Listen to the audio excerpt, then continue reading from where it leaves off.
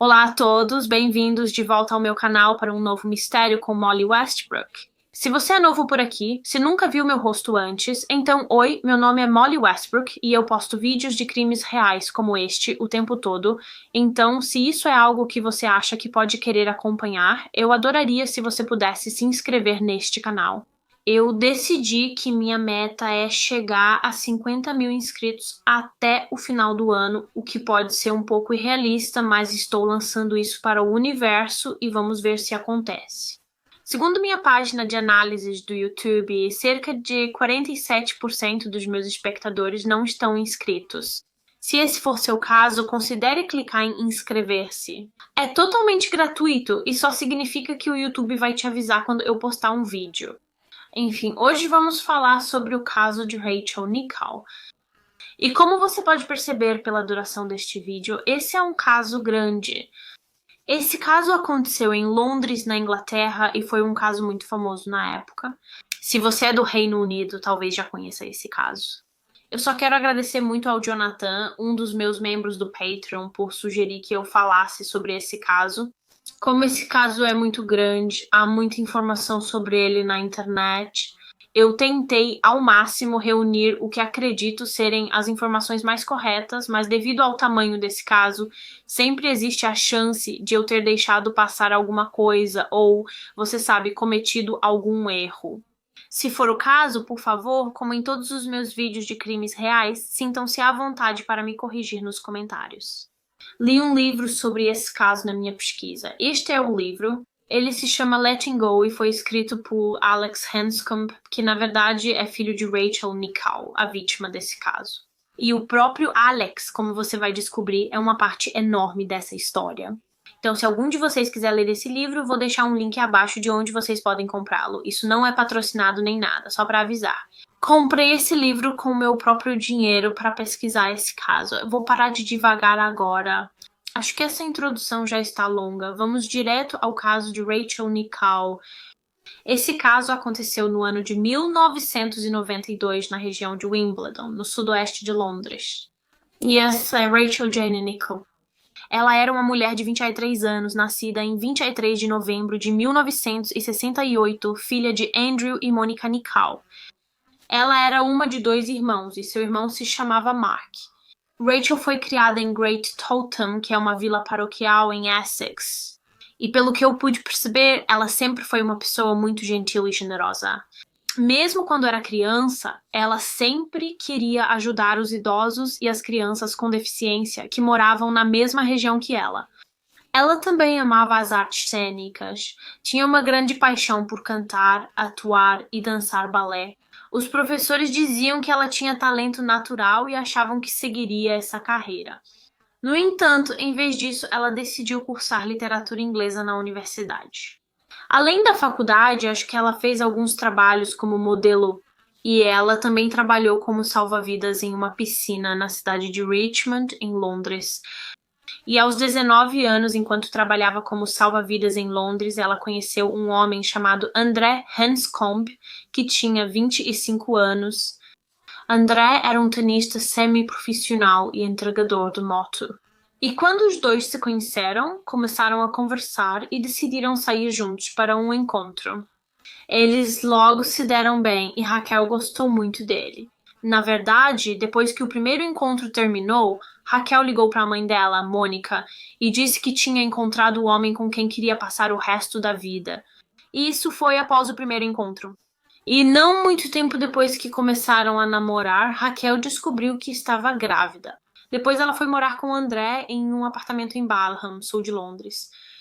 A gravidez foi inicialmente um choque para os dois e eles não tinham certeza do que iam fazer. Eles não tinham certeza se estavam prontos para criar uma criança, mas, no final das contas, eles concordaram em ter esse bebê. E no dia 11 de agosto de 1989, Rachel deu à luz um menino. Eles o chamaram de Alex e ambos ficaram completamente apaixonados pelo filho. Rachel decidiu deixar seu diploma de lado quando Alex nasceu. Acho que ela queria focar em cuidar dele. Embora eu tenha lido em algumas fontes que ela, na verdade, não gostava muito do curso dela e que ela, na verdade, esperava apresentar programas infantis na televisão um dia, porque ela era muito natural diante das câmeras. Mas acho que, por enquanto, ela estava tão feliz com a vida dela, ela prosperava sendo mãe e estava tão satisfeita com sua pequena família. Ela tinha seu parceiro André, seu filho Alex, e eles também tinham uma cachorra resgatada, uma labrador cruzada com Greyhound chamada Molly. Rachel chamava sua família de sua pequena matilha e tudo parecia estar indo muito bem para ela. Ela tinha grandes esperanças para o futuro e toda a sua vida pela frente, mas tudo isso seria tirado dela em 15 de julho de 1992. Aquele dia começou como qualquer outro dia normal para Rachel e sua família. Veja, Rachel e seu filho Alex, que nessa época tinha 2 anos de idade, né? Ele estava há algumas semanas de completar 3 anos, tinham criado uma rotina em que, na maioria das manhãs, eles levavam a cachorra Molly para passear depois que André saía para o trabalho. Eles nem sempre faziam o mesmo caminho, eu acho que variavam bastante para onde iam, mas nesse dia em particular decidiram passear em Wimbledon Common, que é um enorme espaço aberto de campo, obviamente em Wimbledon, em Londres. A área tem 1.140 acres e é composta por bosques, lagoas e áreas de lazer. Há uma grande variedade de vida selvagem, é realmente um lugar muito bonito, um destino desejado por muitos.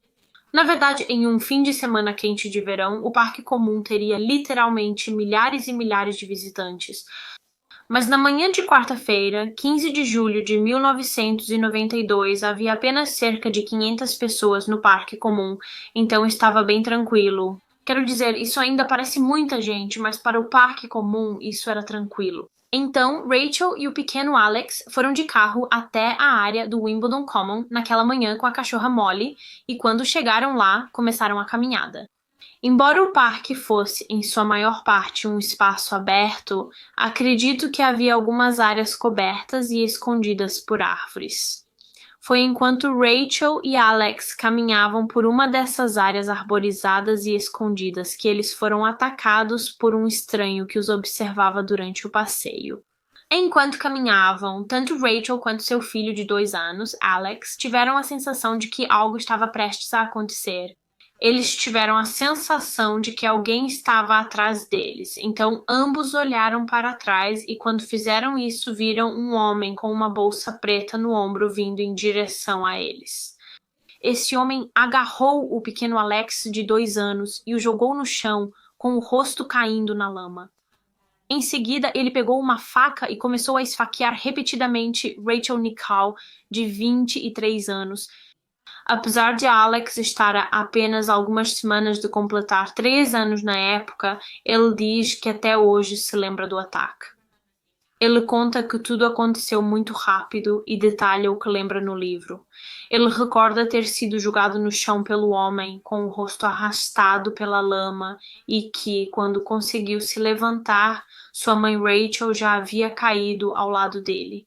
Ele se lembra de ver o agressor caminhar até um riacho próximo, lavar o sangue das mãos e, em seguida, simplesmente desaparecer. Ele foi embora depois de ter atacado Rachel de forma brutal. Apesar de tudo o que tinha acabado de acontecer, Alex lembra que sua mãe parecia muito tranquila quando estava no chão. Ela parecia apenas estar dormindo e que iria acordar a qualquer momento, mas não acordou.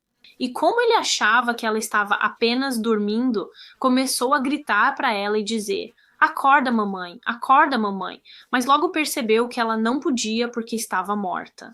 Apesar de ter apenas 2 anos, Alex diz que naquele momento percebeu que sua mãe tinha partido e que ela nunca mais voltaria. Então Alex começou a correr de volta pelo caminho que ele e sua mãe tinham percorrido juntos apenas minutos antes do ataque. E quando saiu da área arborizada protegida e voltou ao espaço aberto, estranhos correram em sua direção porque, obviamente, esse menino de 2 anos estava sozinho, estava desesperado e coberto de hematomas, lama e do sangue de sua mãe. Então a polícia foi chamada, Alex foi sedado e levado ao hospital, e a notícia sobre esse ataque se espalhou muito rapidamente. O caso virou notícia nacional, a história foi imediatamente publicada nos jornais, a mídia começou a noticiar, a imprensa se reuniu ao redor do parque e do lado de fora do hospital onde o pequeno Alex estava, porque logo ficou claro que, embora houvesse cerca de 500 pessoas no Wimbledon Common naquela manhã, só havia uma testemunha do ataque, e essa testemunha era o filho de 2 anos da Rachel, Alex. O parceiro da Rachel, André, foi contatado. Se você se lembra, ele estava no trabalho naquela manhã, então a polícia entrou em contato com ele e contou o que tinha acontecido e que o filho dele, de 2 anos, estava no hospital. Então, André saiu do trabalho imediatamente para ir ficar com o filho e, enquanto estava a caminho do hospital, ele estava pensando em qual método usaria para acabar com a própria vida e com a vida do filho, porque Alex tinha um apego muito grande à mãe, Rachel, como a maioria das crianças tem com suas mães, e André simplesmente achava que não havia como ele querer continuar. Ele iria querer viver se não tivesse a mãe, e o próprio André estava tão devastado com a perda da parceira que acho que ele também não queria continuar sem ela. Então, ele realmente considerou acabar com a vida dos dois naquele dia, mas felizmente ele não fez isso. Quando ele finalmente chegou ao hospital, foi preparado por uma psicóloga infantil antes de ver o filho, e disseram a André que ele precisava deixar claro para Alex que a mãe dele se foi e que ela nunca voltaria. Mas como eu disse antes, Alex já sabia disso. Ele viu a mãe morrer e tão jovem já tinha essa compreensão sobre a morte. Ele entendia que nunca mais veria a mãe dele. Então, a polícia e os detetives se reuniram em Wimbledon Common, o local do crime, e anotaram os nomes e detalhes das 500 pessoas que estavam no parque naquela manhã para poderem interrogá-las e entrevistá-las. Embora quando fizeram isso parecia que ninguém realmente tinha visto nada, ninguém tinha visto o assassino de Rachel deixando o local, o que foi realmente surpreendente para a polícia, porque esse ataque foi tão brutal. Você esperaria que o assassino estivesse completamente coberto de sangue? O fato de ninguém ter visto um homem coberto de sangue saindo do local é desconcertante. O assassino pareceu ter sorte. A cena onde o corpo de Rachel foi obviamente isolada e fotografias foram tiradas e eventualmente o corpo de Rachel foi levado para uma autópsia que concluiu que ela havia sido agredida sexualmente por seu agressor e que ela sofreu cerca de 49 facadas em seu corpo, e uma dessas facadas foi no pescoço e foi tão violenta que literalmente quase a decapitou. E um fato sobre o caso que partiu meu coração foi que quando os detetives examinaram a cena pela primeira vez, quando eles encontraram o corpo de Rachel, perceberam que ela tinha um recibo ou um pedaço de papel na testa e, inicialmente, eles ficaram muito confusos sobre o que era e por que esse pedaço de papel tinha sido colocado na testa dela, mas eventualmente... Meu Deus, mas eventualmente foi determinado que esse recibo tinha caído do bolso ou da bolsa da Rachel durante o ataque, durante a luta, e que o filho dela, Alex, na verdade, pegou o recibo do chão e colocou na cabeça dela achando que era um curativo ou um band-aid e que isso faria ela melhorar. Sinceramente, quando eu li isso pela primeira vez, eu fiquei arrasada. Enfim, em relação às evidências que os investigadores tinham nesse caso, bem, eles realmente não tinham nada. Eles não conseguiram encontrar ou detectar nenhuma evidência de DNA, porque, claro, isso foi no início dos anos 1990 e esse tipo de tecnologia era muito limitada naquela época. Não era nem de longe tão avançada e útil quanto é hoje. De acordo com um documentário que assisti sobre esse caso, eles encontraram o que chamaram de uma partícula minúscula no corpo da Rachel, que acreditavam que poderia ser DNA, poderiam ser vestígios de DNA, mas devido à tecnologia forense limitada que tinham na época, não puderam afirmar concretamente que era DNA e por isso acabou sendo meio inútil. Eles já sabiam que iam ter dificuldades com esse caso, porque em termos de evidências forenses não tinham nenhuma. Tudo o que conseguiram encontrar como evidência foi uma pegada que ficou na cena e também vestígios de tinta vermelha no cabelo do pequeno Alex, de 2 anos, e eles não faziam ideia de onde essa tinta vermelha tinha vindo. Quanto a testemunhas, novamente, praticamente não havia nenhuma. Ninguém além de Alex parecia ter testemunhado o assassinato de Rachel, então era quase como se os detetives tivessem chegado a um beco sem saída antes mesmo da investigação começar. Mas os detetives sabiam que precisavam encontrar esse homem o quanto antes, porque esse agressor parecia ser um completo estranho para Rachel. Parecia que ele estava apenas no parque naquele dia procurando atacar qualquer pessoa e quando atacou foi da maneira mais brutal e violenta possível. Ele era claramente um indivíduo muito perigoso e a polícia sabia que, se não o encontrassem logo, havia uma grande chance de que ele atacasse novamente e matasse outra pessoa. No dia seguinte ao assassinato de Rachel, seu parceiro André fez um apelo televisionado pedindo que qualquer pessoa com informações sobre o assassino de Rachel se apresentasse. A polícia esperava que esse apelo gerasse mais dicas e pistas e funcionou. Eles receberam centenas de ligações após o apelo, mas nenhuma delas realmente parecia ajudar na investigação. Nenhuma delas era realmente significativa. Enquanto isso, 2 detetives tentavam obter o máximo de informações sobre o ataque com o pequeno Alex, de 2 anos, única testemunha. Ele foi a única pessoa que realmente viu o rosto do assassino. Mas, claro, ele só tinha 2 anos, então era bem provável que não lembrasse como o assassino era. Mas caso ele se lembrasse, a polícia instalou dispositivos de gravação e câmeras na casa dos avós onde ele estava hospedado para que, se ele mencionasse o ataque ou dissesse algo sobre o assassino, eles soubessem. Eles teriam isso gravado em vídeo. Os 2 detetives designados para tentar obter informações de Alex costumavam visitá-lo junto com seu pai, André. E em algumas dessas visitas, eles levavam bonecos de aparência diferente. Por exemplo, um boneco tinha pele branca, outro preta, um cabelo grisalho, outro castanho, etc. Os detetives mostravam cada boneco para Alex e perguntavam: o homem mau que machucou a mamãe parecia com esse Alex, tentando ajudar na memória dele. Se os detetives mostrassem a Alex um boneco de cabelo grisalho e perguntassem se o assassino tinha aquele tom de cabelo, isso poderia ajudar a refrescar sua memória e obter mais detalhes sobre o agressor. Assim, com o tempo, conseguiram uma descrição detalhada do criminoso a partir de Alex. Ele disse que era um homem branco de cabelo curto, usava uma camisa branca com gola e botões e estava usando um cinto, mas esse cinto estava por cima da camisa e não nas calças. Ele disse que o homem usava calças azuis, sapatos marrons e carregava uma bolsa preta. Foi isso que Alex descreveu para os detetives. Claro que eles não podem tomar isso como verdade absoluta, porque, como eu já disse muitas vezes, ele tinha literalmente apenas 2 ou 3 anos de idade, então é provável que a memória dele sobre o homem não fosse muito precisa. Mas isso dá aos detetives um indicativo de como o agressor poderia ser.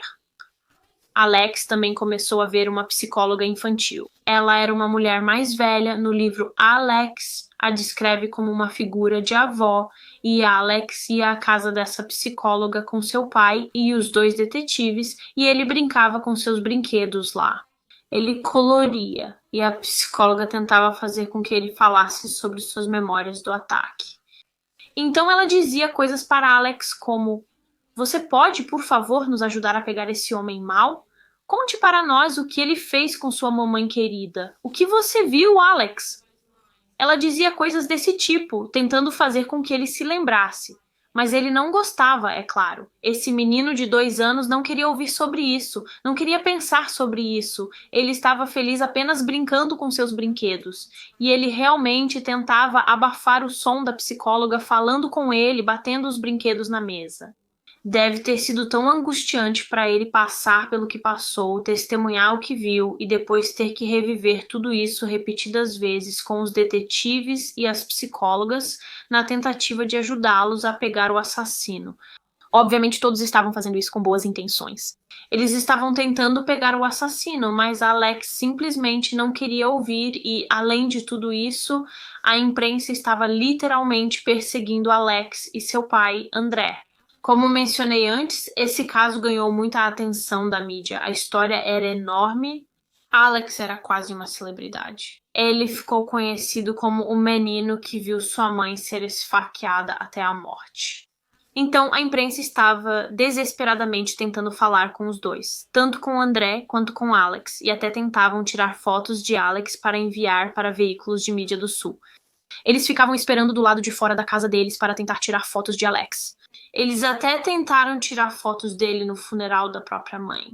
André literalmente teve que colocar algo sobre a cabeça de Alex para cobrir o rosto dele, para que não tirassem fotos dele no funeral da própria mãe. É insano. Mas voltando à investigação. Então, os detetives estavam interrogando pessoas, eliminando suspeitos e colhendo centenas e centenas de depoimentos de testemunhas, mas ainda parecia que havia uma grande falta de evidências nesse caso. E então eles decidiram adotar uma abordagem diferente para tentar restringir quem poderia ter sido o assassino. E eles procuraram num perfilador criminal chamado Paul Brereton. Agora, eu mencionei Paul em um vídeo anterior meu, o vídeo sobre Robert Black, já que ele ajudou os detetives naquele caso. Se você não sabe o que um perfilador criminal faz, basicamente eles ajudam os detetives a criar um perfil psicológico do assassino com base em seus comportamentos e nos detalhes do ataque, para que possam identificar possíveis suspeitos a partir desse perfil. Espero que isso faça sentido. Então, por exemplo, se o perfilador criminal dissesse que o assassino provavelmente era um homem entre 30 e 40 anos, os detetives iriam restringir a busca e olhar especificamente para homens nessa faixa etária. Era exatamente isso que queriam que Paul Brereton fizesse. Eles queriam que ele elaborasse um perfil psicológico e de caráter do assassino de Rachel Nicole. Agora, Paul teorizou que o assassino de Rachel provavelmente tinha menos de 30 anos. Ele provavelmente tinha entre 20 e 30 anos e era morador da região de Wimbledon Common. Ele conhecia bem a área, ele talvez ainda morasse com os pais ou morasse sozinho. Provavelmente ele assistia muita pornografia. Provavelmente ele não tinha namorada na época. E, se teve alguma namorada antes, provavelmente era muito dominador sexualmente. Ele pode ter querido realizar fantasias violentas durante o sexo. E Paulo disse que o assassino também pode ter tido um histórico de pequenos delitos sexuais no passado. Então, os detetives usaram esse perfil de Paulo Brereton, a descrição do assassino feita por Alex e o depoimento de uma testemunha para criar um retrato falado do principal suspeito no caso. Como mencionei antes, a polícia recebeu várias dicas e pistas do público. Eles haviam coletado tantos depoimentos de testemunhas, mas nenhum deles realmente se mostrou muito útil, exceto um em particular, o que foi usado para ajudar a criar o retrato falado do suspeito.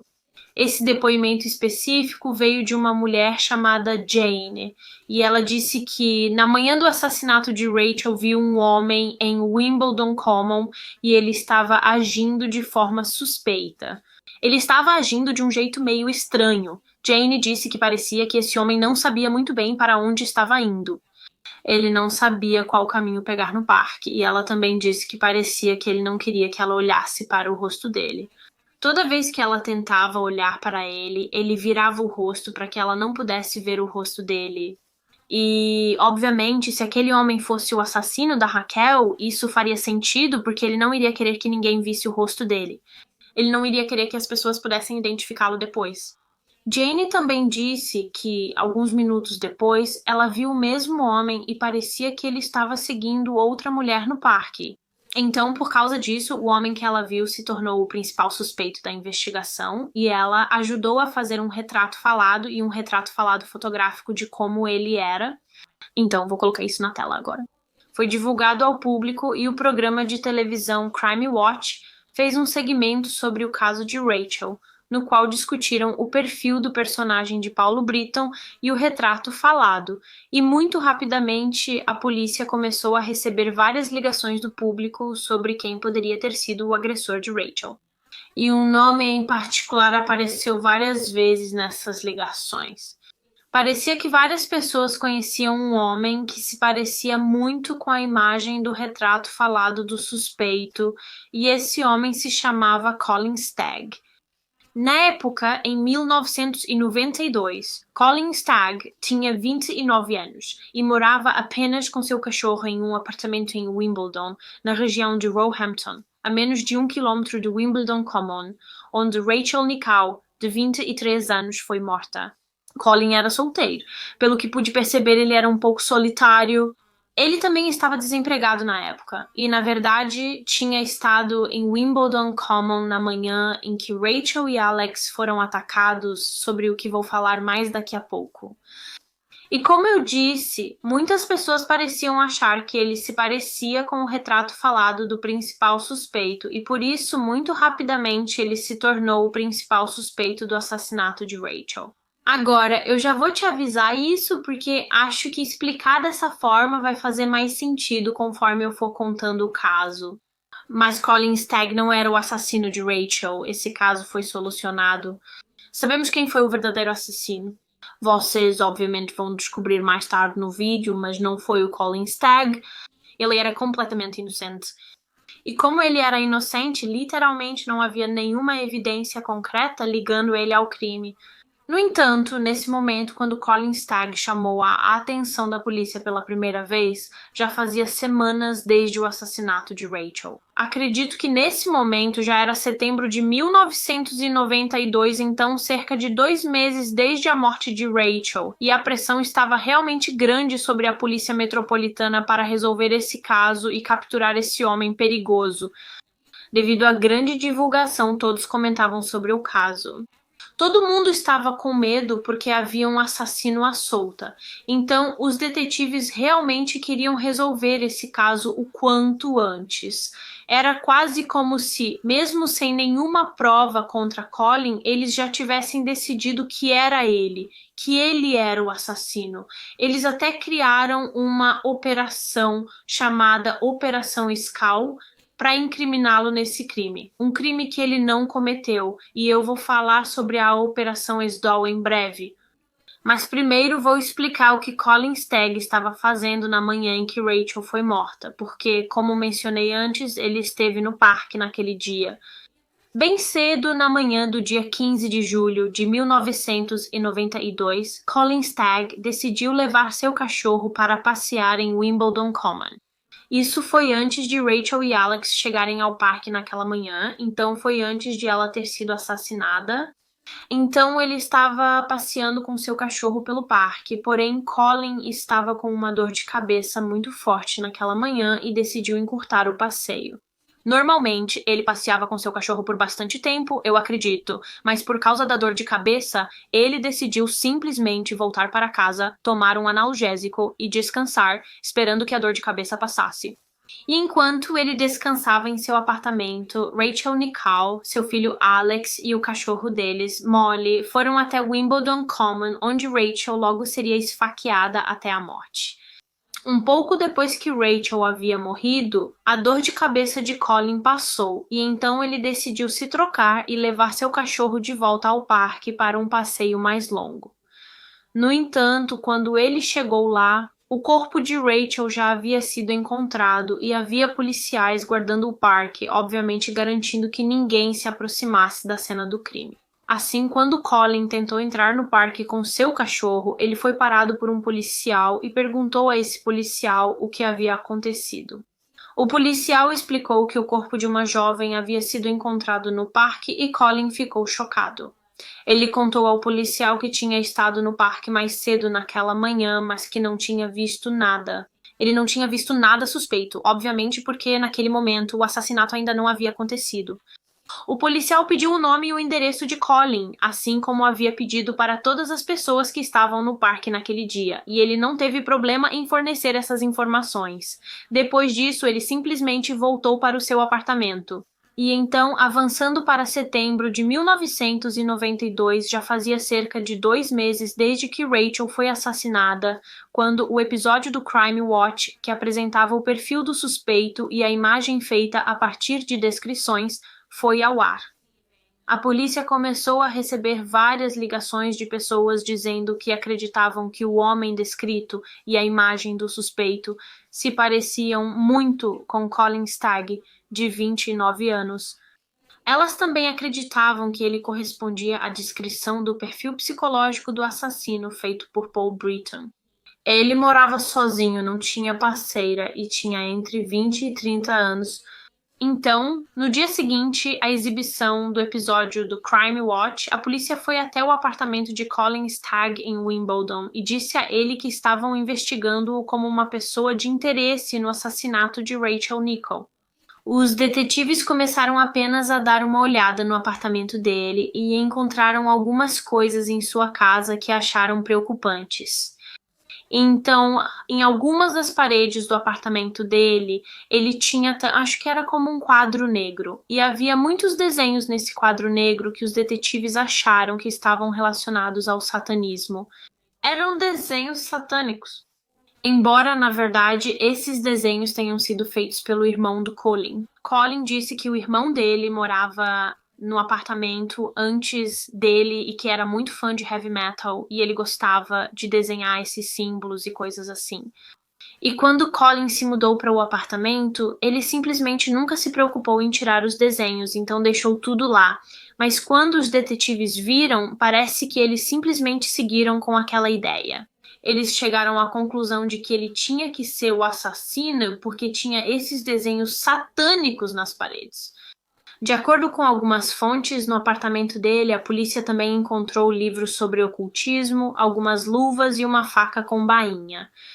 Agora, essa faca não era a que foi usada para esfaquear Rachel, mas indicava para a polícia que talvez esse homem tivesse interesse por facas.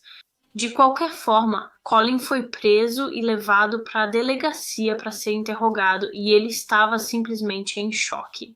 Ele nunca havia sido preso antes, muito menos por assassinato, e sabia que não tinha feito isso. Ele não tinha cometido esse crime, então deve ter sido absolutamente aterrorizante para ele. A polícia interrogou Colin Stagg durante 3 dias e eles só perguntavam o que ele estava fazendo no dia do assassinato de Rachel. Se ele estava em Wimbledon Common, ao que ele respondeu que sim, porque, como sabemos, ele tinha levado seu cachorro para passear naquela manhã no parque. Colin foi muito aberto com a polícia. Ele contou tudo o que pôde, mas seguia afirmando não ter envolvimento no assassinato de Rachel. 2 dias após a prisão de Colin, ele foi reconhecido em uma roda de reconhecimento pela mulher chamada Jane, que afirmou ter visto um homem agindo de forma muito suspeita em Wimbledon Common no dia do assassinato de Rachel. Ela disse que o homem que viu no parque naquele dia parecia com Colin Stagg. Mas o que me confunde nisso é que Jane literalmente disse que um dos motivos pelos quais achou esse homem no parque muito suspeito foi porque ele não deixava Jane olhar direito para o rosto dele. Sempre que ela olhava para ele, ele desviava e escondia o rosto. Então, como ela poderia ter certeza de que era o Colin Stagg se ela nem conseguiu ver direito o rosto desse homem? Enquanto os detetives continuavam interrogando Colin, eles também estavam investigando incidentes anteriores em Wimbledon Common que aconteceram antes do assassinato de Rachel para ver se conseguiam ligar algum deles ao Colin, e na verdade conseguiram. Basicamente, no início daquele mesmo verão, antes da morte da Rachel, uma mulher tinha relatado à polícia que havia um homem no parque que correspondia à descrição do Colin Stagg, e ele estava nu e aparentemente com uma ereção. Algumas fontes afirmam que ele se expôs para a mulher e por isso ela denunciou o incidente à polícia. a polícia tinha motivos para acreditar que o homem que estava no parque naquele verão era o Colin Stagg. Então, eles simplesmente perguntaram se era ele. E o Colin disse que sim, que era ele. Ele admitiu que estava nu no parque. Ele disse que estava tomando sol nu em um lugar que era frequentemente usado por outros nudistas e afirmou que isso era algo que ele fazia todo verão. Então, os detetives decidiram acusá-lo de exposição indecente por esse incidente e Colin foi aconselhado por sua advogada a simplesmente se declarar culpado, embora, em retrospecto, essa provavelmente não tenha sido a melhor decisão, porque agora a polícia, a mídia e o público viam esse homem como um criminoso sexual. Eles acreditavam que ele era um pervertido que se expunha para as pessoas em Wimbledon Common, o mesmo lugar onde Rachel Nichols foi assassinada e sofreu abuso sexual. Colin foi multado em 200 libras pela acusação de exposição indecente e, depois disso, ele simplesmente foi liberado. Os detetives ainda acreditavam firmemente que ele era o assassino de Rachel, mas não tinham provas suficientes para acusá-lo, então tiveram que liberá-lo. Mas as pessoas ficaram indignadas. Eles acreditavam que um assassino tinha acabado de ser solto e, por isso, a imprensa passou a seguir Colin praticamente em todos os lugares. Eles o filmavam, tiravam fotos dele e vendiam essas fotos para os jornais. Eles publicavam manchetes sobre Colin dizendo que ele era um tarado sexual, um pervertido e um assassino, e a polícia também não estava desistindo de Colin. Eles estavam determinados a encontrar alguma prova de que ele era o assassino de Rachel Nichols e, por isso, decidiram concentrar todos os seus esforços em provar que Colin era um assassino. Eles já não estavam realmente investigando outros suspeitos. Eles estavam tão focados em Colin Stagg que durante todo esse tempo o verdadeiro assassino de Rachel estava livre para atacar novamente. Enquanto a polícia continuava investigando Colin Stagg como o assassino, eles foram contatados por uma mulher chamada Julie Pines, que disse ter algumas informações sobre Colin. Julie obviamente tinha visto o rosto de Colin nos canais de notícias e nos jornais. Ele tinha ganhado tanta publicidade e atenção da mídia que, quando ela viu que ele era suspeito de um assassinato, decidiu ligar para a polícia e contar sobre um incidente que teve com esse homem no passado. Cerca de 2 anos antes de Rachel ser assassinada, Julie havia colocado um anúncio em uma coluna de corações solitários de um jornal. Se você não sabe o que é uma coluna de corações solitários, na verdade eu nem sei se isso ainda existe hoje em dia, mas costumava ter uma seçãozinha no jornal onde pessoas solteiras meio que se anunciavam. Talvez essa não seja a melhor forma de explicar, mas basicamente elas colocavam um anúncio de namoro na coluna dizendo o nome, a idade, o que estavam procurando e também colocavam o número de telefone e aí esperavam, eu acho, para ver se outra pessoa solteira entrava em contato. É meio que uma versão antiga do Tinder. Mas em vez de usar um aplicativo de namoro, elas usavam jornais para encontrar o amor. Enfim, Colin Stagg encontrou a coluna de Julie no jornal e respondeu a ela.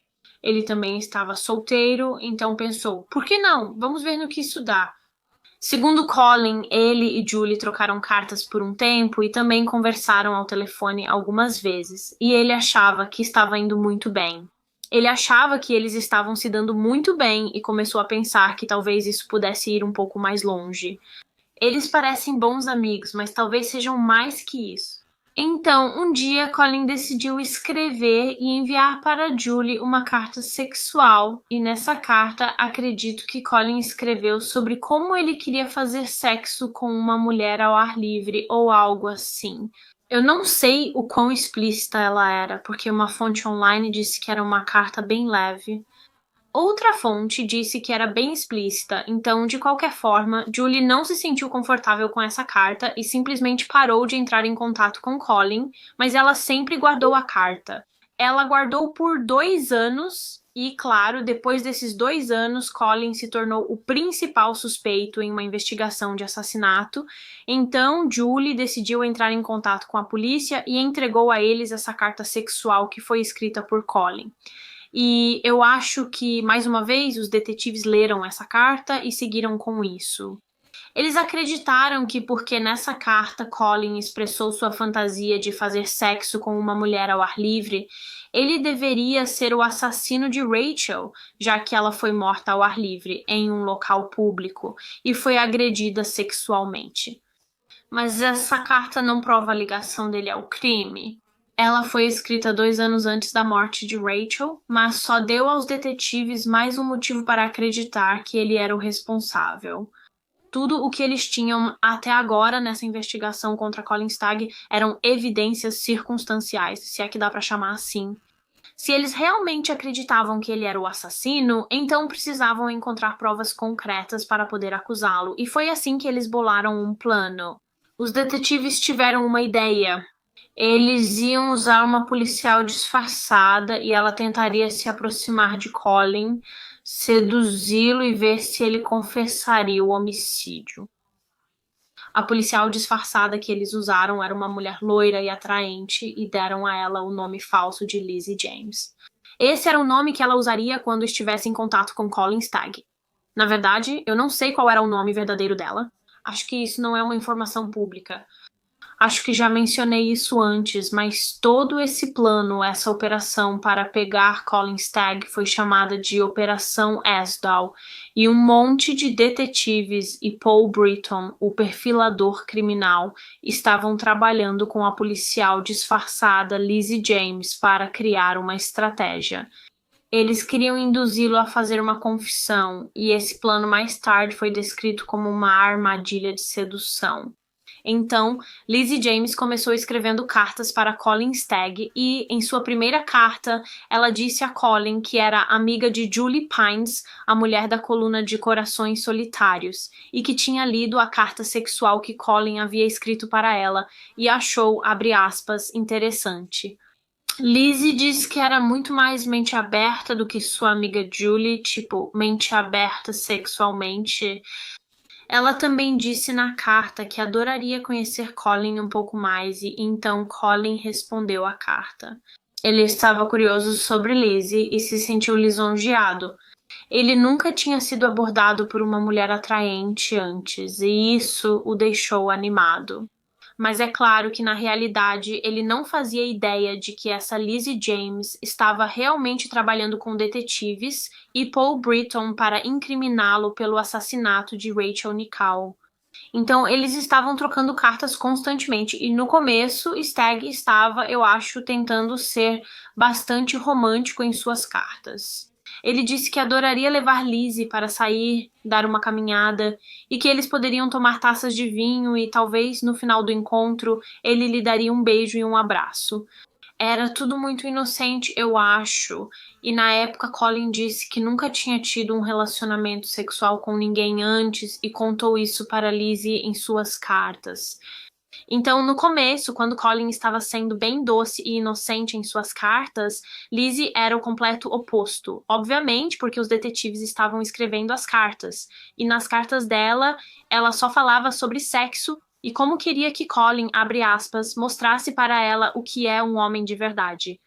Ela começou a expressar para Colin que tinha fantasias sexuais sombrias e que queria um homem que a fizesse sentir, abre aspas, indefesa e humilhada. E assim, à medida que Lizzie começa a ser cada vez mais explícita em suas cartas, Colin também começa a ser, porque ele realmente gostava dessa mulher e no fim das contas queria dormir com ela. Mas no final de cada carta que Colin escrevia, ele pedia desculpas e dizia: "Me desculpe se passei dos limites. Desculpe se fui longe demais", mas Lizzie insistia que gostava e incentivava Colin a ser ainda mais explícito. Ela disse que não queria que ele se segurasse. Ela falou: "Você não está me dando o suficiente. Quero que você seja mais dominante." Eles realmente estavam pressionando e pressionando ele. Então, com o tempo, as cartas de Colin foram ficando cada vez mais explícitas e Lizzie dizia para ele que gostava de violência durante o sexo, que isso a excitava, e Colin acompanhava. Ele caía facilmente na armadilha dos detetives. Colin e Lizzie trocaram mais de 40 cartas, mas a polícia ainda não tinha as provas de que precisava para acusar Colin Stagg de assassinato. Então decidiram intensificar a operação e, além de escrever cartas, Lizzie James começaria a ligar para Colin e essas conversas seriam gravadas. Eu não sei o que dizer, você é.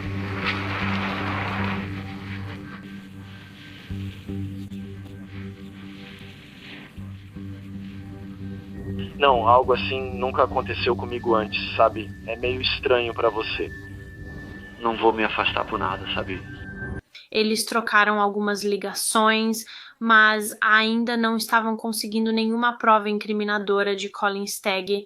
Então, os detetives quiseram intensificar a operação mais uma vez e decidiram que Lizzie James, a policial disfarçada, se encontrasse com Colin Stagg, porque talvez ele fosse mais aberto se conversasse com ela pessoalmente. Claro que isso seria arriscado, porque eles estavam mandando essa policial disfarçada para encontrar quem eles acreditavam ser um homem muito perigoso. Eles acreditavam que Colin era um assassino, então precisavam garantir que Lizzie estivesse segura o tempo todo. Eles garantiram que todos os encontros fossem em local público. Então, o primeiro lugar onde Colin e Lizzie se encontraram pessoalmente foi no Hyde Park, em Londres, e acredito que Lizzie estava usando um dispositivo de gravação para que os detetives pudessem ouvir as conversas deles. Eles também tinham outros policiais à paisana ao redor, onde quer que Colin e Lizzie estivessem, caso Colin tentasse atacar essa mulher, eles poderiam intervir imediatamente e protegê-la. Acredito que Colin e Lizzie se encontraram várias vezes nos meses seguintes. Eles se encontravam em parques e cafés e faziam piqueniques juntos. Como disse, sempre era em local público para que policiais disfarçados observassem secretamente. E durante um desses encontros, Lizzie James contou ao Colin uma história sobre como ela tinha um ex-namorado, que era envolvido com magia negra, e também contou que uma vez participou de um sacrifício humano de uma mulher grávida e seu bebê.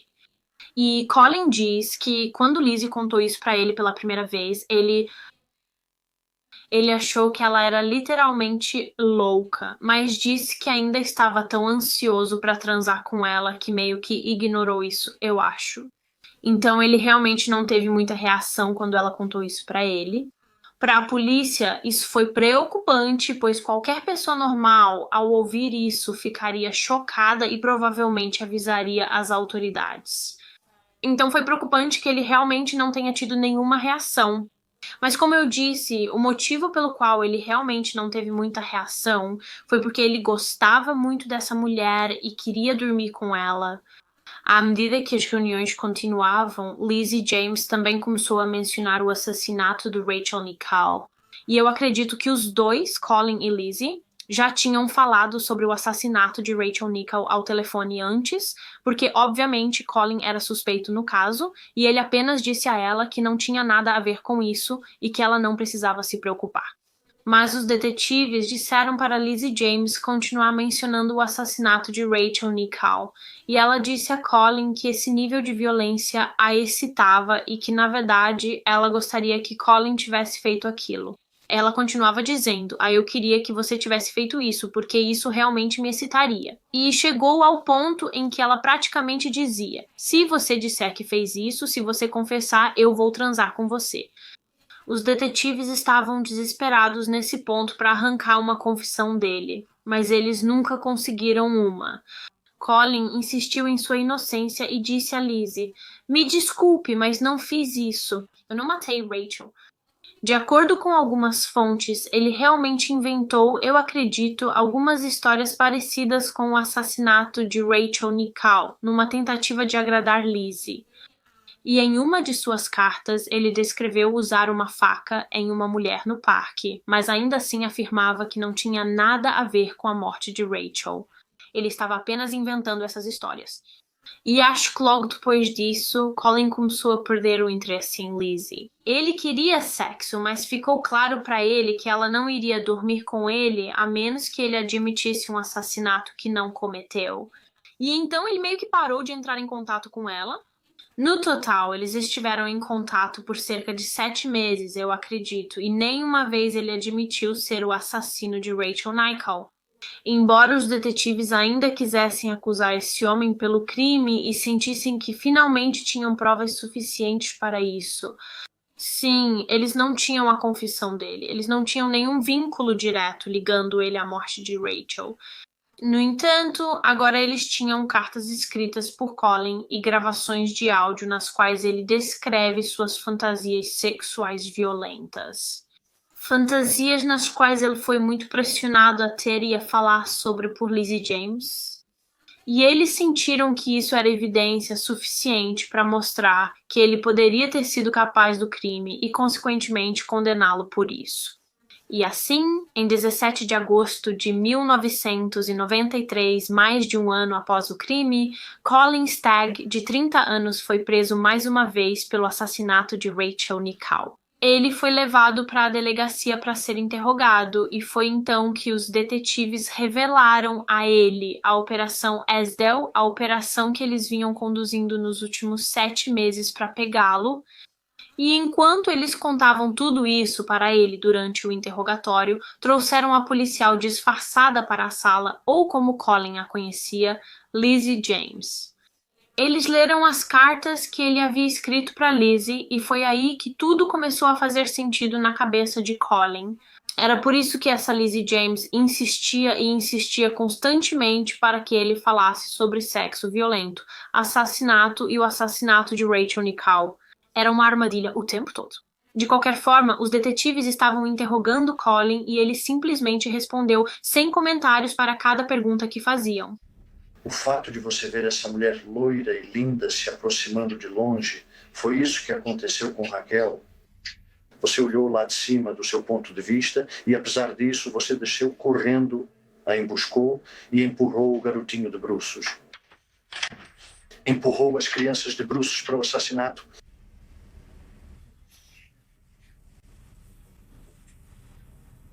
Enquanto isso, outros policiais foram revistar a casa dele, mais especificamente o jardim. Eles estavam cavando todo o jardim dele e usando detectores de metal para ver se conseguiam encontrar a arma do crime, a faca que foi usada para esfaquear Rachel até a morte, porque ela não foi encontrada na cena do crime. O assassino tinha levado isso com ele. Mas, sem surpresa, eles não encontraram a arma do crime porque, como sabemos, Colin Stagg não era o assassino. Mesmo assim, Stagg foi acusado de assassinato e continuava afirmando inocência, então o caso foi a julgamento. Enquanto Colin aguardava seu julgamento, ele foi enviado para a prisão e a polícia, a promotoria e a defesa começaram a trabalhar em seus casos. E foi enquanto eles preparavam o caso, enquanto a promotoria trabalhava para condenar Colin Stagg, que o verdadeiro assassino de Rachel acabou matando novamente. Colin Stagg permaneceu sob custódia por mais de um ano antes que seu julgamento começasse no Tribunal Old Bailey, em Londres. Agora, as principais provas da promotoria e da polícia contra Colin Stagg eram o perfil do assassino feito por Paul Britton, que eles achavam combinar muito bem com Colin, e também as evidências que eles haviam reunido durante a Operação Esdell. Então, as cartas que foram escritas por Stagg e as gravações entre Colin e Lizzie James, isso era basicamente toda a evidência que eles tinham para apresentar. Eles não tinham nenhuma evidência forense, nenhuma arma do crime, nada mais para apresentar ao júri. E logo eles nem tinham mais isso, porque o julgamento contra Colin Stagg mal havia começado quando o juiz Ognell, analisou as provas da promotoria e decidiu que todas as evidências coletadas durante a operação secreta Esdell eram inadmissíveis.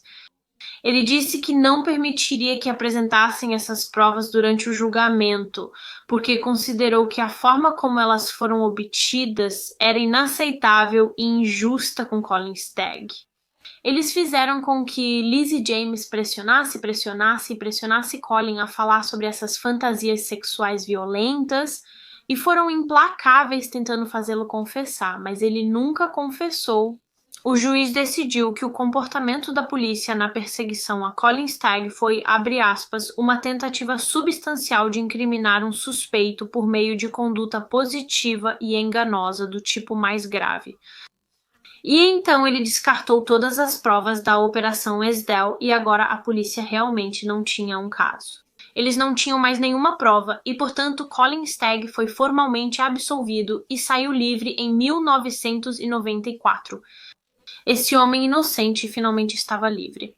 No entanto, a mídia e o público ainda acreditavam que ele era o assassino. Eles acreditavam que um assassino tinha escapado impune e ainda o assediavam e o seguiam por todos os lugares. Eles publicaram mentiras sobre ele nos jornais. Colin Stagg ainda era tão odiado por todos, mesmo não tendo cometido esse crime, e eu vou falar mais sobre Colin e a vida dele, sabe, depois do caso, um pouco mais pra frente. Mas a família de Rachel também ficou arrasada com o resultado do julgamento. Eles também acreditavam que Colin era o assassino, porque era isso que os detetives fizeram eles acreditarem, e achavam que Rachel nunca teria justiça pelo seu assassinato. Em 1994, o parceiro de Rachel, André, e o filho delas, Alex, que presenciou o ataque, moravam na França. Eles se mudaram para a França não muito tempo depois do assassinato de Rachel, porque também foram assediados pela imprensa. Acho que já mencionei isso antes, mas depois da morte de Rachel, André e Alex foram morar com os avós de Alex. E a imprensa descobriu o endereço deles e literalmente acampava do lado de fora da casa, desesperados para falar com os dois e tirar fotos para vender, porque essa história era enorme. André tentou proteger Alex o máximo que pôde. Ele cobria o rosto dele com alguma coisa praticamente toda vez que saíam, porém, em uma ocasião, um fotógrafo conseguiu tirar uma foto do pequeno Alex. Essa foto foi vendida e, se não me engano, foi publicada em um jornal ou algo assim, o que, é claro, era incrivelmente perigoso porque era de conhecimento público que Alex era a única testemunha do assassinato da mãe dele, então, o que impediria o assassino de ir atrás dele e matá-lo para que não houvesse testemunha. Isso colocou a vida dele em perigo e, então, André decidiu que para manter o filho seguro, eles precisavam deixar o país. Mas além disso, André só queria que Alex tivesse uma vida mais ou menos normal. Obviamente, a vida dele nunca mais seria a mesma, porque ele não tinha mais a mãe. Mas André queria que ele crescesse com um pouco de estabilidade. Ele não queria que Alex fosse seguido pela imprensa e por repórteres durante toda a infância. Que tipo de vida teria sido essa para uma criança?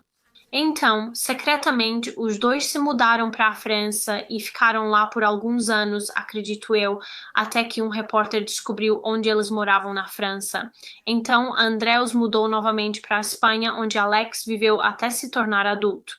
Agora, uma vez que Colin Stagg foi absolvido, a polícia anunciou que manteria os arquivos do caso de Rachel abertos, mas que eles realmente não estavam procurando por mais ninguém. Eles ainda acreditavam firmemente que Colin Stagg era o assassino e tinham gastado cerca de, acho que foram 3 milhões de libras tentando condená-lo. Todo esse dinheiro foi desperdiçado com um homem inocente e por anos e anos esse caso permaneceu sem solução. Por anos, todos ainda acreditavam que Colin Stagg tinha escapado impune de um assassinato. Mas então, no ano de 2002, foi o 10º aniversário do assassinato de Rachel Nichol, e a Scotland Yard designou uma nova equipe de detetives para revisar o caso. Eles iriam revisar todas as evidências que haviam sido coletadas sobre o caso nos últimos 10 anos. Então, eles iriam revisar os depoimentos das testemunhas, milhares e milhares de depoimentos que foram colhidos na época. Eles analisavam criminosos sexuais conhecidos e antigos suspeitos do caso para ver se haviam deixado algo passar. Eles também perguntaram a André Hanscom e ao filho dele, Alex, que nessa época já teria cerca de 13 anos. Eles pediram para que eles viessem à Inglaterra para fornecer novas amostras de DNA para comparar com qualquer DNA encontrado no corpo da Rachel. Porque, se você se lembra, quando Rachel foi morta em 1992, os cientistas forenses encontraram uma pequena partícula do que eles acreditavam ser DNA no corpo dela. Mas na época, no início dos anos 1990, eles simplesmente não podiam afirmar com certeza que era DNA, por causa das limitações da tecnologia forense. No entanto, obviamente, em 2002, a tecnologia de DNA e forense era muito mais avançada e útil do que em 1992, quando Rachel foi morta. E então, eles reexaminaram as amostras que haviam coletado do corpo de Rachel. E, de fato, não havia DNA. Na verdade, ela tinha 2 DNAs, ou seja, de 2 pessoas.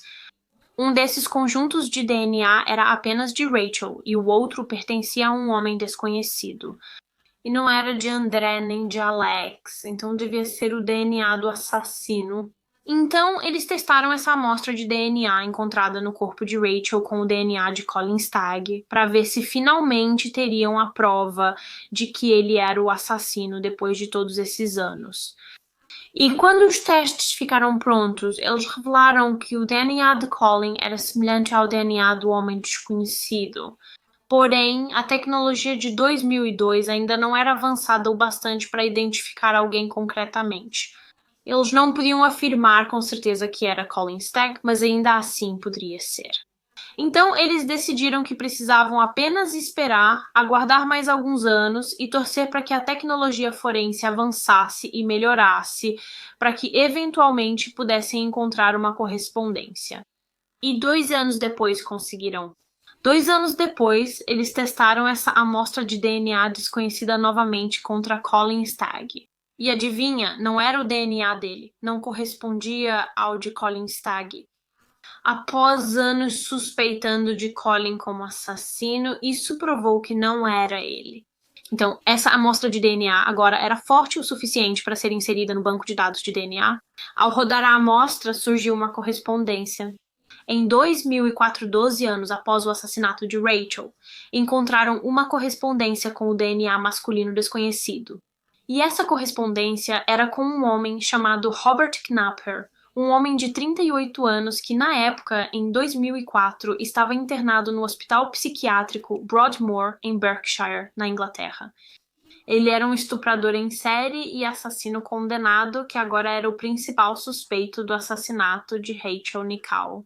Mas antes de eu te contar sobre isso e sobre as outras evidências que encontraram ligando Robert Knapper ao assassinato de Rachel, porque havia mais evidências, deixa eu te contar sobre a vida dele até esse ponto, até o momento em que o DNA dele coincidiu com o DNA encontrado em Rachel Nichol. Então, Robert Clive Knapper nasceu em 25 de fevereiro de 1966, filho de Brian e Pauline. Robert era o mais velho de 4 filhos e a família morava em Plumstead, no sudeste de Londres. Durante toda a infância de Robert, ele foi exposto à violência. Ele cresceu em um ambiente muito violento porque seu pai, Brian, era muito abusivo com sua esposa, Pauline, mãe de Robert.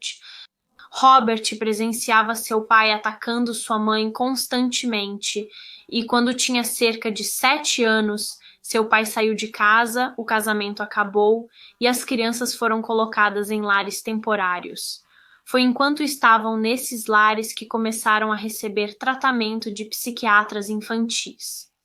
Acredito que foi nessa época que Robert foi diagnosticado com síndrome de Asperger e mais tarde, na adolescência, determinaram que ele tinha esquizofrenia paranoide, uma doença mental que afeta a forma como a pessoa pensa e se comporta, pois sua mente não concorda com a realidade. Como resultado disso, Robert fazia todo tipo de afirmações. Ele dizia para as pessoas que tinha conhecido a rainha, dizia que era ganhador do prêmio Nobel. Em um momento, ele disse que o exército republicano irlandês o capturou e o torturou, e que cortaram seus dedos, mas que eles eventualmente cresceram de novo. Ele achava da escola difícil e não se encaixava com os outros. Não acho que ele tinha muitos amigos na escola, era meio solitário. Ele meio que ficava na dele na maior parte do tempo. E por causa disso, as outras crianças achavam que ele era muito estranho e o intimidavam bastante. Eles zombavam dele, faziam piadas sobre ele e jogavam coisas nele do outro lado da sala de aula. Foi uma época muito ruim para ele. E então, quando Roberto tinha cerca de 12 ou 13 anos, ele foi realmente abusado sexualmente em uma viagem de acampamento por um amigo da família Napa.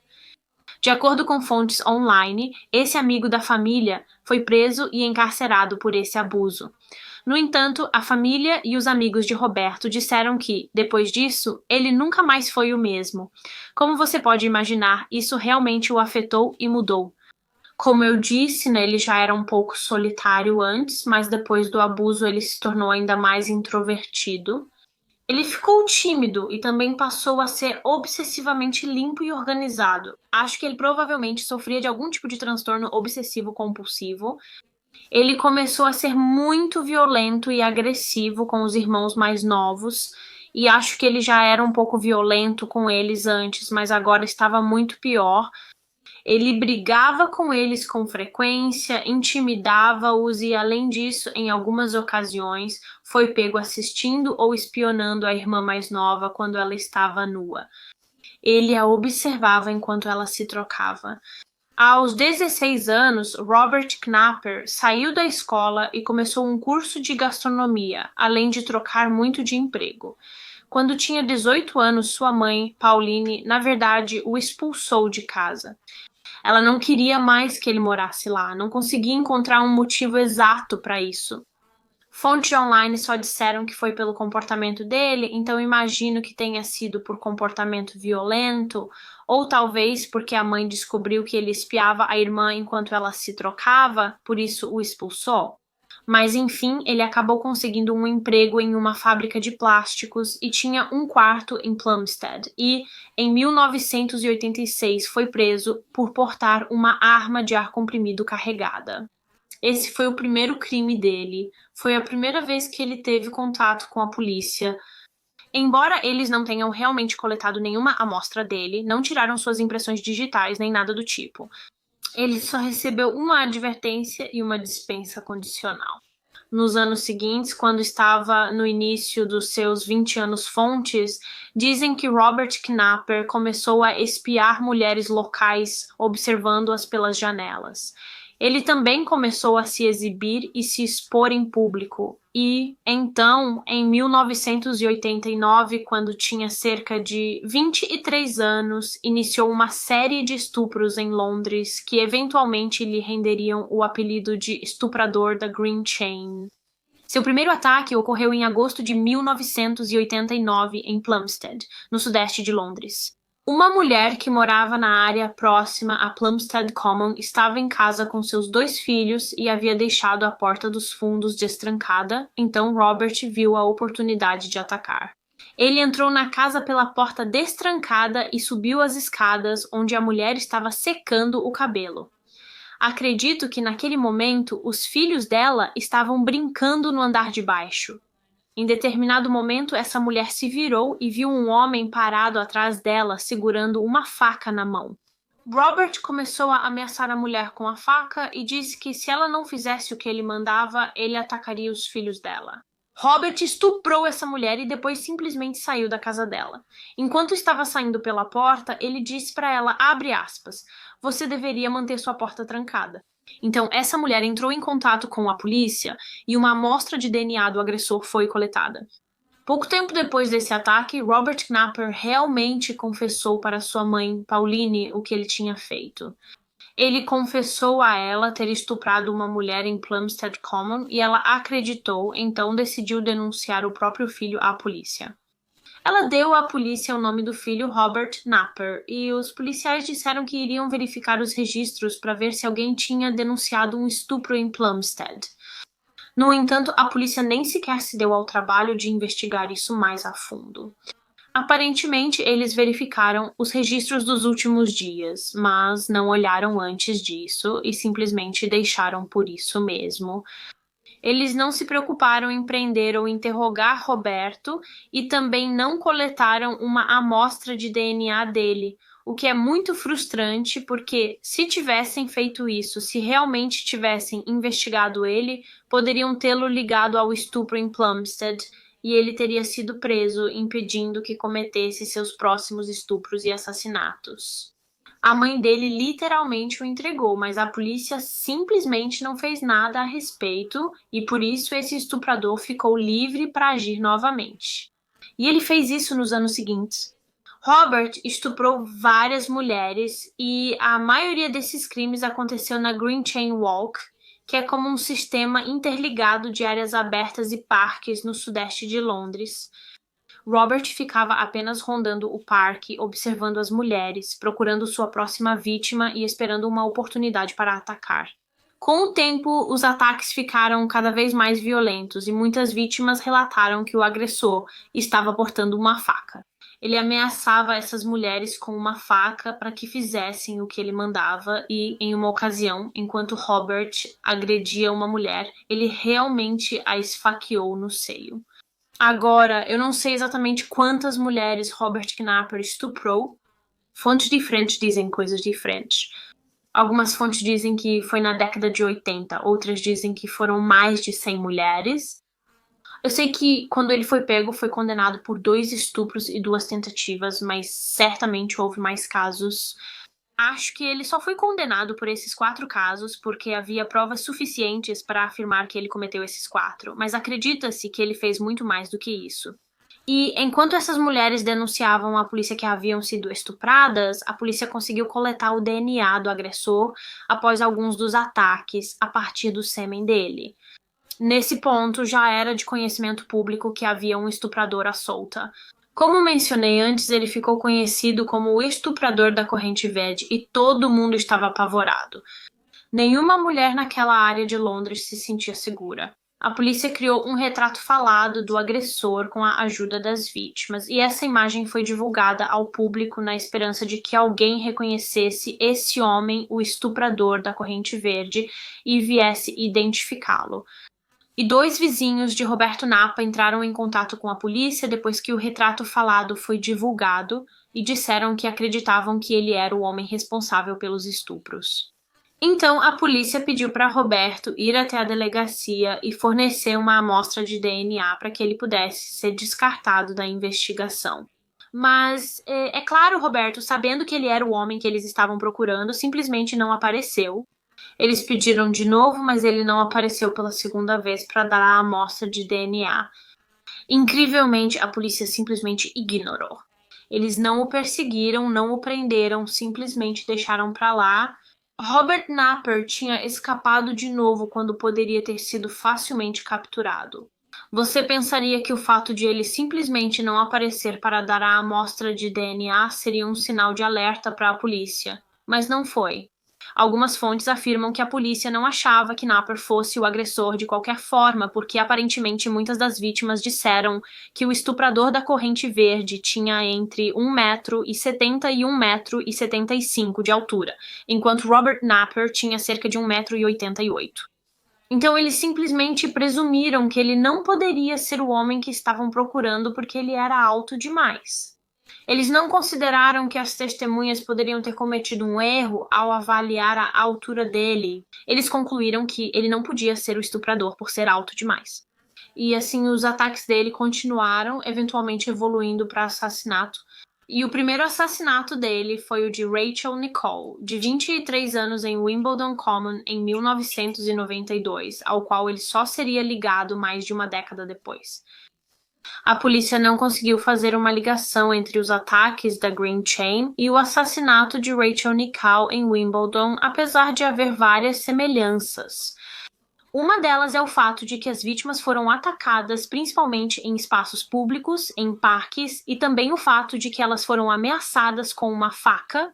E eu acredito que a equipe que investigava os estupros da Green Chain realmente entrou em contato com a equipe da Operação Esdal, a equipe de detetives que estava investigando o assassinato de Rachel. Eles disseram: achamos que esses ataques podem estar ligados. Nós achamos que talvez o homem que matou Rachel também possa ser o estuprador da Green Chain que estamos tentando encontrar. A equipe da Operação Esdal não acreditava que eles estavam conectados e não fez a ligação entre eles. Na época, os detetives tinham tanta certeza de que Colin Stagg era o assassino de Rachel que isso afetou o julgamento deles, e eles quase se recusaram a investigar outros suspeitos. Mais uma vez, eles perderam a oportunidade de pegar o verdadeiro assassino, permitindo que ele atacasse novamente. Agora, cerca de 3 meses após o assassinato de Rachel Nichols, Robert Napper foi preso depois de tentar imprimir e fazer cópias de papel timbrado da polícia em uma loja de fotocópias. Mais tarde, ele disse que estava fazendo isso porque queria um documento oficial da polícia dizendo que ele poderia possuir uma pistola calibre .22. Um documentário que eu assisti também disse que Robert Napper foi preso novamente por volta dessa mesma época, depois que uma mulher ligou para a polícia dizendo que um homem estranho estava rondando os fundos de diferentes casas na região e ele ficava apenas observando as pessoas pelas janelas, e esse homem foi identificado como sendo Robert Napper. De qualquer forma, ele foi preso e o quarto onde ele morava em Plumstead foi revistado e durante essa busca, os policiais encontraram muitas armas. Eles encontraram, se não me engano, uma arma de fogo e algumas facas. E uma dessas facas era, na verdade, muito parecida com a que o estuprador da corrente verde usou para esfaquear aquela mulher no seio durante o ataque. Era muito parecida com a que essa vítima tinha visto e, mesmo assim, nenhuma ligação foi feita. Eles também encontraram uma caixa de ferramentas de metal vermelha ao lado da cama de Roberto. Quero que você lembre desta caixa de ferramentas para mais tarde no vídeo. Mas dentro dessa caixa de ferramentas, ele tinha escondido algumas das facas e eles também encontraram um mapa A a Z. Esse mapa cobria a área ao redor da Green Chain Walk e parecia que Robert Napper tinha circulado vários locais diferentes nesse mapa. A polícia não percebeu isso na época, mas depois descobriram que essas áreas que ele circulou eram onde ele tinha atacado e estuprado suas vítimas. Esse mapa era quase como um troféu para ele e uma lembrança dos ataques. Era uma forma dele reviver o que tinha feito. Mas, como eu disse, eles falharam em fazer a conexão mais uma vez e Robert Napper foi apenas condenado a cumprir uma sentença de 8 semanas de detenção por posse de arma de fogo. Depois disso, ele foi liberado, mesmo com a psiquiatra alertando as autoridades de que era, abre aspas, sem dúvida, uma ameaça imediata para si e para o público.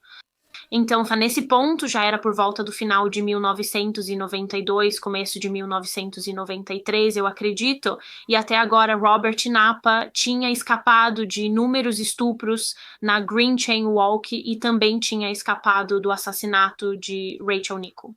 E depois que ele foi solto após cumprir sua sentença de 8 semanas, ele ficou livre para estuprar e matar novamente, e foi exatamente isso que ele fez.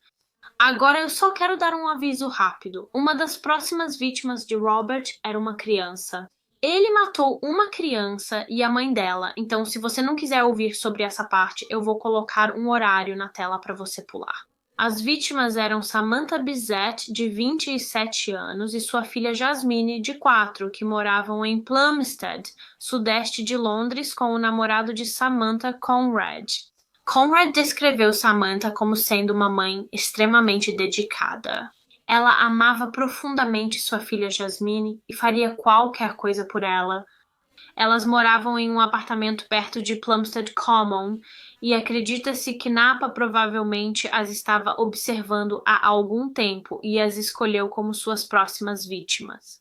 E o motivo pelo qual eles acreditam nisso é porque o parceiro de Samantha, Conrad, disse que uma noite, não muito antes do assassinato dela, Samantha realmente viu um homem do lado de fora olhando para ela pela janela do quarto e acredita-se que provavelmente era Robert Napper. Ele estava observando elas e esperando pela oportunidade perfeita para atacar. E um dia, em novembro de 1993, essa oportunidade perfeita apareceu quando Conrad saiu do apartamento porque ele ia passar a noite na casa do pai dele. Acho que ele ficaria só uma noite na casa do pai. Enquanto ele estava fora, Robert Napper entrou no apartamento e atacou Samantha Bissett. Napper abusou sexualmente e matou Samantha a facadas. Ela tinha ferimentos de faca por todo o pescoço e peito, havia sangue por toda parte. Esse ataque foi tão brutal e horrível. E então, depois que ela já estava morta, Napa realmente mutilou o corpo de Samantha e depois foi descoberto na autópsia que ele tinha cortado uma grande parte da parede do estômago dela e isso nunca foi recuperado, então acredita-se que ele levou isso com ele como algum tipo de troféu. Depois de fazer tudo isso com Samantha, Roberto foi até o quarto da Jasmine de 4 anos e lá ele a agrediu sexualmente e depois a sufocou até a morte. Acredito que foi na manhã seguinte que os corpos foram descobertos pelo parceiro de Samantha, Conrado. Ele tinha passado para vê-las a caminho do trabalho naquela manhã, quando se deparou com a cena horrível e chamou a polícia. Então, detetives e equipes forenses começaram a examinar a cena e a perícia começou a analisar as impressões digitais na casa para ver se conseguiam identificar os assassinos. No entanto, ao analisarem todas essas impressões digitais, foi determinado que elas pertenciam às pessoas que moravam naquele apartamento. Não havia digitais de desconhecidos, se é que me entende. Todas foram identificadas e por isso inicialmente os detetives pensaram que o agressor devia estar usando luvas quando cometeu os assassinatos. Então, com a falta de evidências forenses nesse caso, os detetives recorreram ao perfilador criminal Paul Britton, que, se você se lembra, na época também estava trabalhando com os detetives em Wimbledon no caso de Rachel Nichol, e ele também havia ajudado outra equipe de policiais que investigava o caso do estuprador da Green Chain. Agora, ele estava trabalhando com os detetives que investigavam os assassinatos de Samantha e Jasmine Bissett, e essa investigação ficou conhecida como a Investigação Bissett. Então, Paul Britton estava trabalhando com 3 equipes diferentes de detetives em Londres para criar um perfil dos agressores e em nenhum momento ele considerou que esses 3 casos estavam ligados e que talvez tivessem sido cometidos pelo mesmo homem que era Robert Napper. E depois dos assassinatos de Samantha e Jasmine, os detetives que investigavam o caso Bissett realmente entraram em contato com a equipe de investigação do caso Rachel Nichol e disseram a eles: olha, talvez devêssemos investigar a possibilidade de que nossos casos estejam conectados. Talvez a pessoa que matou Samantha e Jasmine tenha sido a mesma que matou Rachel. Mas os detetives do caso Rachel não aceitaram nada disso. Como eu já disse inúmeras vezes ao longo deste vídeo, eles já tinham decidido que Colin Stagg era o assassino e parecia que não queriam ouvir falar de nenhum outro suspeito. Mais uma vez, outra chance de pegar o verdadeiro assassino foi perdida. De qualquer forma, os detetives da investigação Bissett continuaram investigando o caso e decidiram dar outra olhada nas impressões digitais que foram encontradas na cena do crime, ou seja, dentro do apartamento da Samantha. Como mencionei antes, os detetives confirmaram que todas as impressões digitais no apartamento eram das pessoas que moravam lá. Nenhuma impressão digital desconhecida encontrada. Bem, na verdade, acabou que eles cometeram um erro ao examinar essas impressões digitais. Ok, então nenhuma pessoa terá a mesma impressão digital que outra. Cada pessoa tem seu próprio conjunto único de impressões digitais. Porém, é possível encontrar impressões digitais muito semelhantes. Então, por exemplo, eu poderia ter uma impressão digital muito parecida com uma das suas, mas elas nunca serão exatamente iguais. Acontece que as impressões digitais do assassino foram realmente encontradas na cena do crime, mas elas eram apenas muito parecidas com as impressões digitais de Samantha Bizet. E é por isso que, quando analisaram as impressões pela primeira vez, eles não conseguiram diferenciá-las. Eu falei essa palavra certo, diferenciar? Acho que sim. Eles acharam que essas impressões vinham da mesma pessoa, Samantha, mas algumas delas eram, na verdade, do assassino. E as impressões do assassino eram quase idênticas às da Samantha. Eles tinham, afinal, as impressões digitais do assassino, então passaram esse conjunto de impressões nos registros e descobriram que pertenciam a Roberto Napper. Também havia uma pegada ensanguentada na cena do crime, na casa da Samantha, e depois foi determinado que ela veio de um dos sapatos do Roberto Napper. Além disso, também houve testemunhas que disseram ter visto Roberto Napper na área no dia em que as Bissett foram mortas. Então havia muitas evidências ligando ele a esse crime e, como resultado, ele foi preso em seu quarto alugado em Plumstead. Em maio de 1994, ele foi acusado dos assassinatos de Samantha Bissett e de sua filha de 4 anos, Jasmine. Os detetives também começaram a investigar a possibilidade de que ele fosse o estuprador da Corrente Verde e, de fato, havia evidências ligando ele a isso também. Primeiro, havia o mapa A a Z encontrado no quarto dele, que mostrava que ele havia circulado os lugares onde os ataques aconteceram na trilha da Corrente Verde. Além disso, seu DNA dele era compatível com as amostras de DNA que foram coletadas do agressor na época dos estupros. Como eu mencionei antes, acreditava-se que ele havia cometido entre 80 e mais de 100 agressões sexuais, mas no final eles só conseguiram condená-lo por 2 estupros e 2 tentativas de estupro porque só tinham provas concretas desses casos, pelo que eu entendi. No fim de 1995, Robert Napper admitiu o homicídio de Samantha e Jasmine Bissett, alegando responsabilidade diminuída. A equipe dele alegou que ele não poderia ser responsabilizado por assassinato devido aos seus problemas de saúde mental. E assim, em vez de ser enviado para uma prisão comum, ele foi mandado para o Hospital Psiquiátrico Broadmoor, onde permaneceria por tempo indeterminado. Alguns meses depois, Robert Napper foi interrogado em Broadmoor sobre o assassinato de Rachel Nichols. Porque, se você se lembra, nesse ponto, em 1995, o julgamento de Colin Stagg tinha simplesmente desmoronado e ele era um homem livre. De qualquer forma, Robert foi interrogado e, pelo que eu pude perceber, ele basicamente se recusou a falar e apenas negou qualquer envolvimento no assassinato de Rachel. Ele disse que nunca foi para a região de Wimbledon, mas na verdade ele esteve em Wimbledon no dia do assassinato de Rachel. Acredito que ele deveria receber algum tratamento psiquiátrico lá, em uma área de Wimbledon que ficava perto do parque onde Rachel foi morta. Agora vou avançar um pouco para o ano de 2004. Se você se lembra, esse foi o ano em que a amostra de DNA encontrada no corpo de Rachel Nichols finalmente era forte o suficiente para ser inserida no banco de dados de DNA. Quando isso ocorreu, acharam um correspondente com Robert Napper, provando que Colin Stagg não era o assassino. Mas essa não foi a única evidência que eles encontraram ligando Robert ao ataque contra Rachel. Mais cedo no vídeo, pedi que lembrasse que ao revistarem o quarto de Robert, os detetives acharam uma caixa de ferramentas vermelha de metal. E essa caixa de ferramentas continha algumas facas e um mapa A a Z. Bem, quando eles olharam novamente para esse mapa, perceberam que Robert tinha circulado ou feito marcações perto de Wimbledon Common, onde o assassinato de Rachel aconteceu. E como sabemos pelos estupros da Green Chain, ele gostava de circular todos os lugares e todas as áreas onde já havia atacado alguém antes. E além disso, se você se lembra, no início desse caso, logo após o corpo da Rachel ter sido encontrado, quando os investigadores estavam examinando a cena do crime, eles encontraram uma pegada de sapato. E essa pegada de sapato correspondia a um par de sapatos que Robert Napper possuía.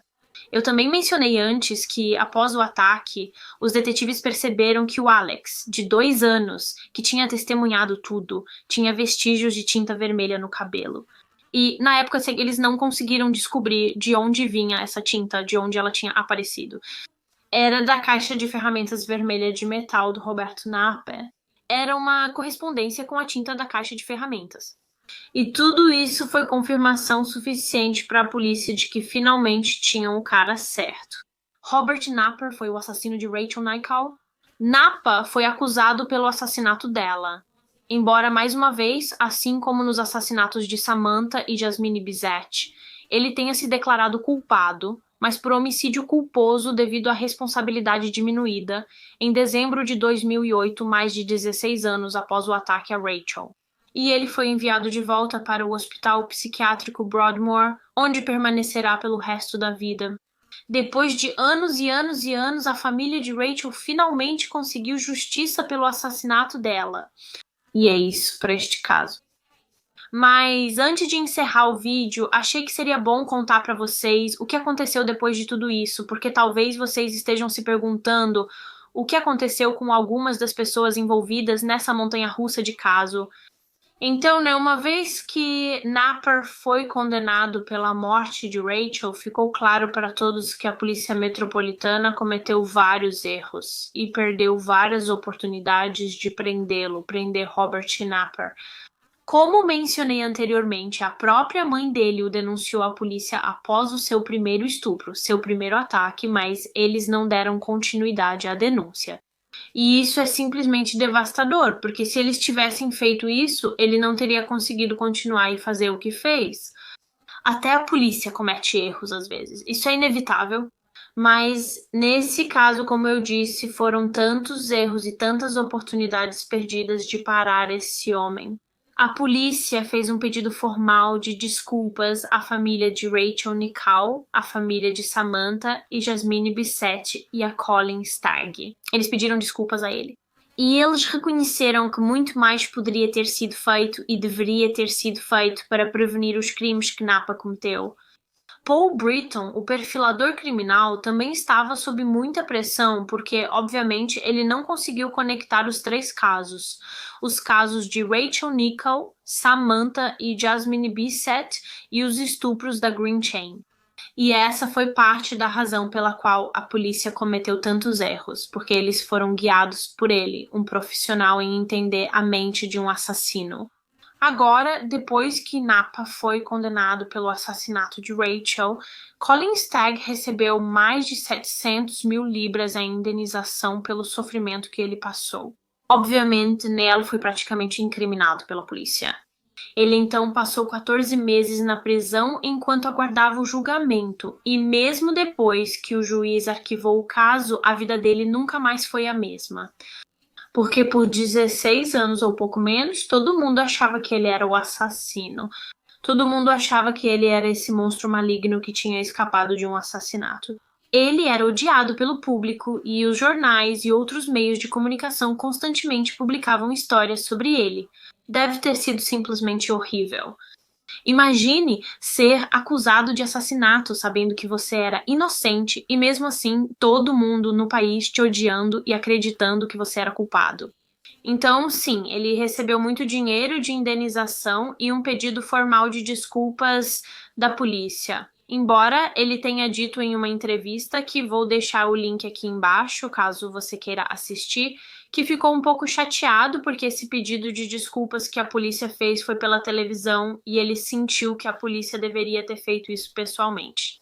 A policial disfarçada Lizzie James, que foi contratada pela polícia para tentar arrancar uma confissão de Colin, na verdade se demitiu em 1998 e, junto com sua advogada, também decidiu processar a Polícia Metropolitana porque alegaram que ela, abre aspas, né, sofreu sérios danos psiquiátricos como resultado do que foi obrigada a fazer durante a Operação Isdol. De acordo com fontes online, ela também recebeu uma indenização de 125 mil em 2001 e isso foi amplamente criticado por muitas pessoas. Muitos achavam que ela não merecia receber dinheiro. Como eu disse no início deste vídeo, como parte da minha pesquisa sobre esse caso, eu decidi ler esse livro que foi escrito pelo filho de Rachel Nichol, Alex, e nele ele fala sobre o que lembra do assassinato, tendo sido a única testemunha, e também fala sobre a vida dele e do pai depois da morte de Rachel. Eu também assisti algumas entrevistas em que o Alex aparece, e vou deixar os links delas aqui embaixo, caso você queira assistir. Ele sinceramente parece ser uma pessoa tão gentil que, mesmo com tudo o que passou, conseguiu se manter positiva e viver uma vida boa e feliz na maior parte do tempo. Mas é isso, se você tiver interesse em ler esse livro escrito pelo Alex, vou deixar um link aqui embaixo. Eu acho que comprei o meu pela Amazon, então é isso, mas vou deixar um link aqui embaixo. E é isso basicamente para esse caso. Eu estou gravando esse vídeo há horas e horas. Me conta nos comentários se você assistiu até o final. Acho que esse vídeo deve ter cerca de 1h30. Também me diga o que achou e sua opinião sobre o caso. Antes de ir, agradeço especialmente aos membros da minha página no Patreon. Muito obrigada pelo apoio de vocês, gente. Se mais alguém quiser se tornar um membro do Patreon, o link está sempre na descrição dos meus vídeos. Por favor, curta o vídeo.